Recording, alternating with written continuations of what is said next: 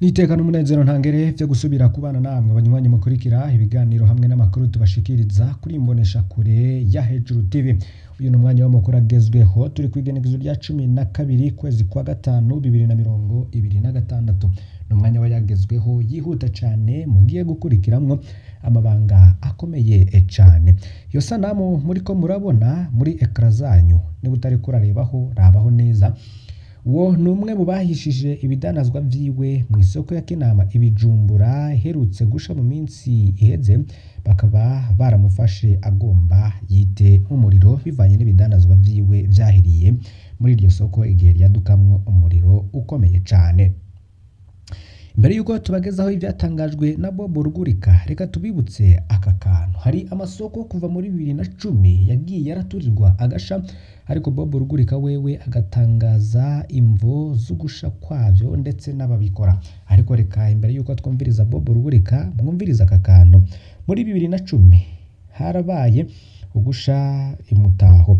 Muri 2011 harabaye mu Kayogoro, Nyanza Lake, Bururi aho hose harahiye. Muri Kamenge harahiye muri 2012, mu Rushubi, mu Kirundo hamwe n'ibiro bitandukanye vya CNL muri 2012 vyoba byaratubiwe. Muri 2013 ikizwi cyane n'ugusha kw'isoko nkuru ya Bujumbura ariko si yahiye gusa kuko n'isoko yo kwijabe nayo yoba yarahiye. Muri 2015 guturira byarabandanije aho radio Bonesha na radio Isanganiro vyahiye. RPA nayo nuko. Ikindi muri 2018 hara mu Bwiza naho hoba harahiye. Imatana muri 2019 hamwe no mu Buyenzi naho harahiye. Muri 2023 gereza canke ibohero rya Gitega ryarahiye bikavuga ko yaturiwe. Ubu rero muri 2026 hamaze gusha na shika kuri hatatu. Hari isoko yo kwa Siyoni, hari kandi Kabaze yo kumusaga, hari n'isoko ya Kinama. Ivyo byose rero harimwo amabanga anyegeje kandi akomeye cyane bivugwa ko kuguturirwa kugusha kwa hantu vyoba bivana n'integuro y'abari muri CNDD FDD. Bob Rugurika wewe agarutse ku isoko nkuru ya Bujumbura 2013 yoba yarahiye. Bob Rugurika atangaza ko iyo soko nkuru ya Bujumbura mijagiyemwo ifu irimwo uburozi bwavuye muri Pakistan kandi hari umumajoro w'igisoda c'u Burundi ndetse muraza kumviriza izina ryiwe. Bob Rugurika atangaza ko uwo majoro yatezemo dinamite rero n'udusasu duto duto. Nawe umviriza ingene Bob Rugurika asigura uko vyagenze. Dari mu majoro wo mu Sudan bwo yakorera cyane iperereza niwe yaduze hariya muri ririya soko nkuru rya Bujumbura. Nije ngende babwire rero kubatabizi murabona kuri yakuntu isoko nkuru ya Bujumbura yari yubatse. Nta numwe atibuka ubuhinga yari yubakanywe, nta numwe atibuka ubukomezi bw'inkingi za rirya soko. Wumvirize Bob Rugurika hano neza asigura neza uko vyoba byaragenze cyane ku gisenge. Ubukomezi bwa rujya rusenge nukuvuga iriya toiture, ruriya rusenge rwari rwubatswe gusa mu vyuma. Rero bagiye guturira ijya soko Majoro Jean Bosco ujya batazira Maregos babanje Jean Bosco Sabimana urakoze bamutazira ni Jean Bosco Sabimana. Uvyumvirize neza Majoro mu gisirikare c'u Burundi. Wumvirize ivyo yakoreye ku gisenge aho Bob Rugurika asigura izo dinamite bo barateze muri ico gisenge bakivyuka kugira ngo gituritse ico gisenge. Ese bamutwizira rya Maregos bamwita Marigare. Rero yaraduze muri ririya soko hejuru imbere yuko baturira. Yaraduze rero hariya hejuru muri toiture nyene hariya mu gisenge aja gushirayo amabombe bita dinamite. Yagiye kwestarayo utubombe bita dinamite no tudinamite nyene two gufeza sauter. Donc twategerezwa guca utwo tubombe nitwo twategerezwa gusambura rujya rusenge. Rero hariho niho nashaka kubabwira Bob Rugurika wewe akabandanya avuga ko n'ubundi nubwo bahuturiye bo barakoresheje ubwenge bukeyi. Umvirize neza Bob Rugurika ivyo asiguye kuri iyo ngingo. burya umunyakibi agira n'ubujuju bwinshi. Urumva no mu guturira baribagiye ko bazovuga ko ibintu byaturiwe na accident, bakora ikindi kintu batari gukora, bajanayo n'utubombe. Urumva ayo mabombe rero niyo yaheze yereka abantu yuko urusenge rutahiye, urusenge ahubwo rwasambuwe n'utwo tubombe nyene duturika bita dinamite. Nitwo twatumye rero rurya rusenge rw'isoko ruca rugwa ruraryama. Mu bisanzwe nta muriro uwari kuryamika rurya rusenge razirya nkome uko musanzwe muzi. Nkuko Bob Rugurika rero bitangaza, rurya rusenge rwo ku isoko nkuru ya Bujumbura yahiye muri 2013 rwaraturiwe n'ayo mabombe kuko hata muriro usanzwe ushobora guturira icuma ngo gishe gikongoke. Umuriro uraturira ariko umuriro ntusambura ivyuma. Bijya vyuma murabizi uko byari bimeze, hanyuma mukaraba na distance biriya vyuma byari biriko, hariho imetero nyinshi cyane gushika hariya hejuru.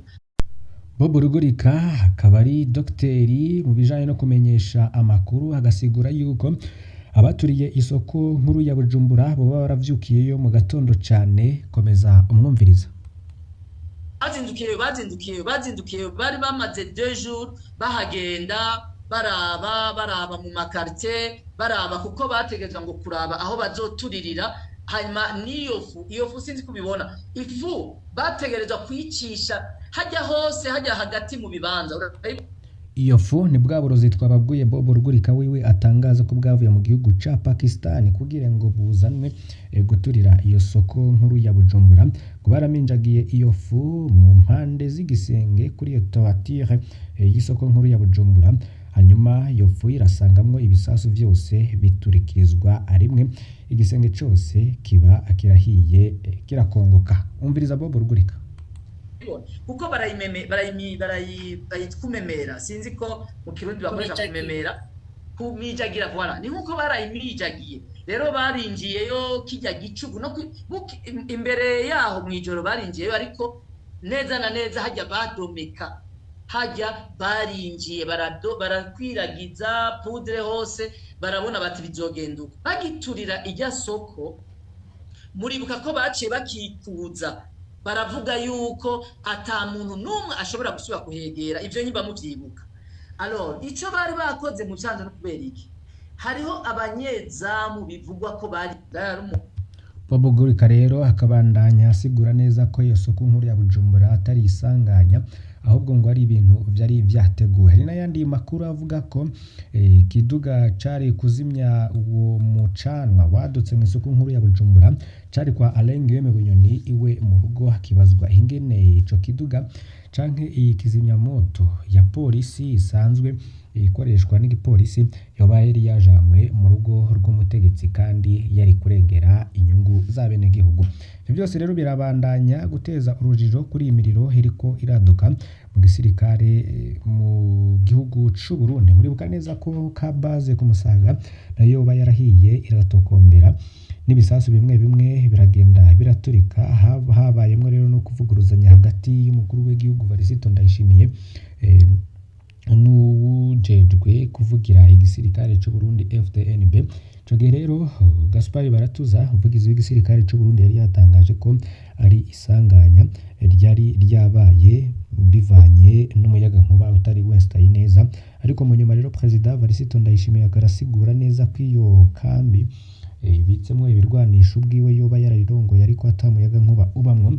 Mu nyuma rero Gaspard Baratuza nawe hagaruka kuri mikro z'abamenyesha makuru avuga ko Varisito Ndayishimiye ari umusivili atazi ibibera muri Kabasi. Ibi byose rero bikaba byaratumye haba n'impinduka zikomeye cyane mu gisirikare c'u Burundi, aho ujejwe logistique n'iyo kambi yoba yarahinduwe, ndetse n'abandi batandukanye bakaba barahinduwe bivanye n'uturirwa y'ivyo bigwanisho. Amasoko rero yacu hakaba avuga ko hari abasirikare bamwe bamwe bagiye barafatwa bagafungwa bivanye n'uwo mucanwa wadutse muri iyo kabaze.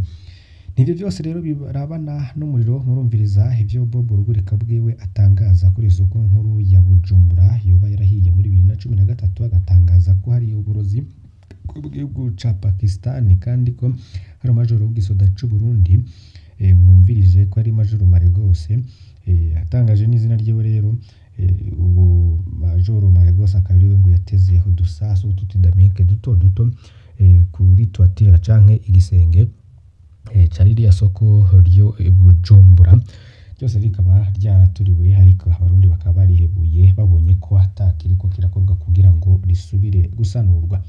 Reka rero tuje mu birabana n'amatora. Ukwiyamiriza amatora ko batavuga rumwe n'ubutegetsi no gutumvikana ku itunganwa ry'amatora mu gihe 2027 yegereje. Bujumbura rero ku mugwa mukuru w'ubutunzi Burundi hari ivyicaro vy'amashirahamwe mpuzamakungu n'inzego nkuru z'igihugu.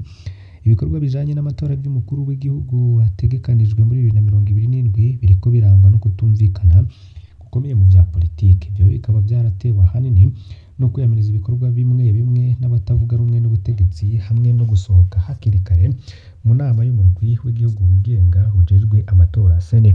Imigambwe 5 itavuga rumwe n'ubutegetsi ntiyitavye gusa kuwa gatanu igerekezo rya 8 Rusama 2026 inama yari yateguwe na sene yerekeye integuro y'amatora y'umukuru w'igihugu azoba muri 2027.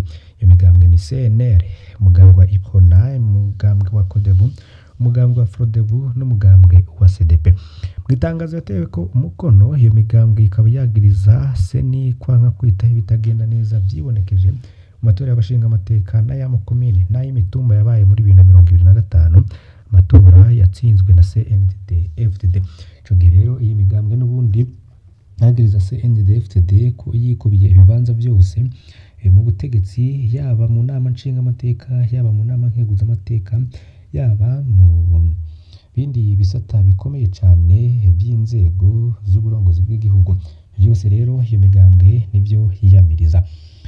Iyo migambwe ikaba isanga ata amatora yizewe yoshobora gutegurwa atabiganiro bya politike bihuriwemo byose bihurikiyemwo bose bibanje kuba.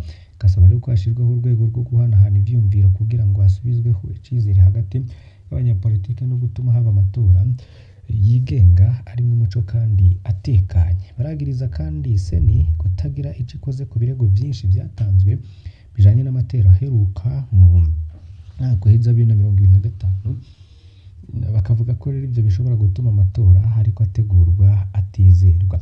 Inyifato ya seni rero muri iki gihe irashobora kurushiriza gutuma itegurwa ry'amatora ririko riraba ritizerwa co kimwe n'ayazokurikira. Niko rero iyo migambwe irimwo CNL, IPRONA, CODEBU, FRODEBU na CDP banditse. Naho rero iyo migambwe ititavye iyo nama yarabaye yitabwe n'umugambwe CNDD-FDD hamwe n'indi migambwe icuditse nabo hamwe n'amashirahamwe amwe amashirahamwe adaharanira inyungu za politike ariko yegamiye ubutegetsi. Ariko rero imigambwe ibiri yarasohotse inama itarahera harimo APADER na RANAC. Bw'amakuru rero bava mu begereye iyo migambwe, APADER na RANAC yasohotse inama nyuma yo kwiyamiriza intunganye itarimwo bose, bakagiriza amashirahamwe adaharanira ivyicaro vya politike yegereye ubutegetsi gutanga ivyiyumviro bihengamye biboneka ko ari ivyo gushigikira seni n'umugambwe uri ku butegetsi, bakanka ivyo abatavuga rumwe n'ubutegetsi bashikiriza. Imigambwe rero ibiri ikaba ibibona kandi ko imyitwariko ku itegurwa ry'amatora ryizewe ritahawe ikibanza muri ivyo biganiro. Seni rero ikaba yaremeje ko amatora y'umukuru w'igihugu azoba kuwa 3 Rusama 2027 kandi ko ibikorwa byo kwiyamamaza bizotangura indwi zibiri imbere y'ayo matora. Ariko umvirize ko CNDD-FDD yoba yaratanze umukandida habura umwaka wose. Mu rwego rwa politike, leta y'u Burundi muri iki gihe iragizwe gusa n'abanywanyi n'abashigikiye CNDD-FDD batavuga rumwe n'ubutegetsi buriho ubu maze imyaka myinshi bagenda bacika intege cyane kubera gusubizwa inyuma kw'abanyapolitike bakomeye nka Agathon Rwasa yahoze arongoye umuhari w'abarwanyi hamwe n'ingorane zashikiye umugambwe CNL. Amatora y'abashinga amateka ya komine n'ay'imitumba yabaye muri 2025 yose yasinzwe ku rugero rw'100% na CNDD-FDD. Niko batangaje ngo ibi bikaba byarakomeje ububasha bwayo mu nzego zose z'igihugu. Inama nshinga amateka ikaba igenzurwa yose n'umugambwe uri ku butegetsi nk'uko ngo CNDD-FDD yihaye ivyo bibanza byose. Kuri ivyo rero bamwe mu banyagihugu hamwe n'abanyamahanga bakurikirana ibibazo by'u Burundi babona ko igihugu kiriko kiragana ku butegetsi bushingiye ku mugambwe umwe ufise ijambo mu nzego zose za leta. Urubuga rwa politike ruguma rugabanuka kandi guhiganirwa amatora kukaba guhengamye cyane mu gihugu kiriko cegereza ikindi kiringo gikomeye c'amatora nyuma ya manda ya Evariste Ndayishimiye igiye guhera ubu akaba ari mu mwaka wa 6. Mu birabana n'agateka kazina muntu hari abahigwa nk'inkozi z'ikibi. ONLCT Went of Hell riyamiriza ifatwa mu kivunga ry'abarundi benshi muri Afrika y'Epfo. Ishyirahamwe rirwanya amabi afatiye ku bwimukira ONLCT Went of Hell rimenyesha ko rihagaritswe umutima guco ryita ikibazo gikomeye nyuma y'ifatwa n'ifungwa mu kivunga ry'abarundi baba muri Afrika y'Epfo. Iryo shyirahamwe rero rikavuga ko hari agatotezo kadasanzwe karaba bimukira b'Abanyafurika mu bisagara bitandukanye by'ico gihugu. Kubw'itangazo rya ONLCT Went of Hell, abarundi baba 124 barafungiye mu mabohero atandukanye muri Afrika y'Epfo. Muri abo rero 71 bafashwe mu myiyerekano yo kwiyamiriza bimukira baye hagati ya 2023 hamwe na 30 Ndamukiza 2026 bikaba byarabereye mu bisagara bikuru bya Durban, Johannesburg na Pretoria. Abo rero bakaba baza biyongera kandi 53 bari basanzwe barahagaritswe mu ntara ya KwaZulu Natal. ONLCT Went of Hell igahagarikwa by'abo bantu bikaba rikorwa rimwe na rimwe mu buryo bw'agahomerabunwa, rigasaba ko rero hokorwa amatohoza ku buryo ivyo byabayemwo. Iryo shyirahamwe rikaba risaba leta y'u Burundi gutabara idatevye kugira ikingira abanyagihugu bayo, rikabona ko ico kibazo kirenze urugero rw'igenzura ry'abimukira. Ubutumwa bwayo rero ONLCT Went of Hell ikaba ishimangira ko hakenewe gukomezwa uruhara rw'abaserukira Burundi mu bihugu bya Afrika yo mu mpanuko kugira bakurikirane ivyo bibazo, bafashe abafunzwe bongere bakingire n'abandi gufatwa. Irasaba kandi igikorwa gitunganijwe neza ku rwego rwa Afrika yose, ikabisaba ko umuryango w'ubumwe bwa Afrika Union Africaine wogira ico ukoze mu ntumbero yo kurekuza abarundi bafunzwe hanategekanywe uko botahukanwa mu gihugu cabo. ONLCT Went of Hell ikavuga ko ivyo vyerekana kwiyongera guteye ubwoba k'urwanko rw'abanyamahanga mu bice bimwe bimwe vya Afrika y'Epfo, aho abanyamahanga bakunze kwagirizwa ko bahiganwa n'abanyagihugu ku kazi aho muri ico gihugu. Ku rubuga rero abaserukira Burundi muri Afrika y'Epfo bari bamaze kuburira abarundi mu rwandiko rwasohotse kw'igenekerezo 26 Ndamukiza. Guserukira Burundi muri ico gihugu ni Alexis Bukuru, ambasaderi w'igihugu c'u Burundi muri Afrika y'Epfo, Afrique du Sud canke South Africa. Yari yasabye abarundi kwirinda hari imyiyerekano no kugabanya ingendo. Rero nasabye rero guhindura amasaha y'akazi kugira bikingire ingorane bashobora guhura nazo. Inturekano zibaye mu gihe no kwiyongera kw'imirwi irwanya bimukira mu bisagara bitandukanye bya Afrika y'Epfo. Bari mu myiyerekano bakavuga ko abanyamahanga b'Abanyafurika babatwara ubuzima mu gihe ubushomeri ari bwinshi muri ico gihugu. Umukuru w'igihugu ca Afrika y'Epfo Cyril Ramaphosa aranegura ayo mabi mu majambo yashikirije ku munsi mukuru witiriwe kwikukira Freedom Day i Bloemfontein, ahantu hitwa Bloemfontein. Yibukije ko hamye harango gufashanya hagati y'ibihugu bya Afrika mu rugamba rwo kurwanya apartheid. Yagabishije ko ata mpamvu n'imwe yoshobora gusigura ivyo bitero ko bikorwa ku banyamahanga. Ntibyashoboka rero ngo ntibyashoboka kandi ntibikwiye ko na rimwe ko duhonya abavukanyi b'Abanyafurika bwatumye rero turonka umwidegemvyo, niko yashikirije. Naho yemeye rero ko hari impungenge zijanye n'ubushomeri n'abimukira badafise ibyangombwa.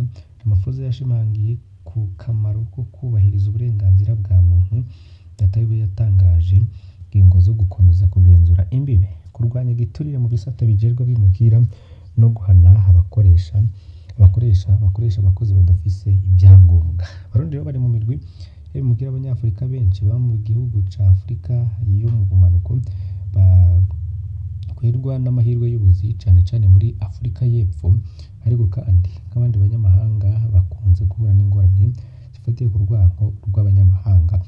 Nkuko ari ibiharuro vya vuba bivyerekana, Afrika y'Epfo ikaba yakira abimukira bari hagati y'imiliyoni 2.4 n'imiliyoni 4 n'ibice 2, kuvuga hafi ibice 3.9% gushika ku bice 5 n'agace kamwe kw'ijana by'abanyagihugu bayo. Barenga rero ibice 63% muri bo bakaba bava mu karere ka SADC nka Zimbabwe, Mozambique, Lesotho na Malawi hamwe n'ibindi bihugu byose vyegereye ico gice.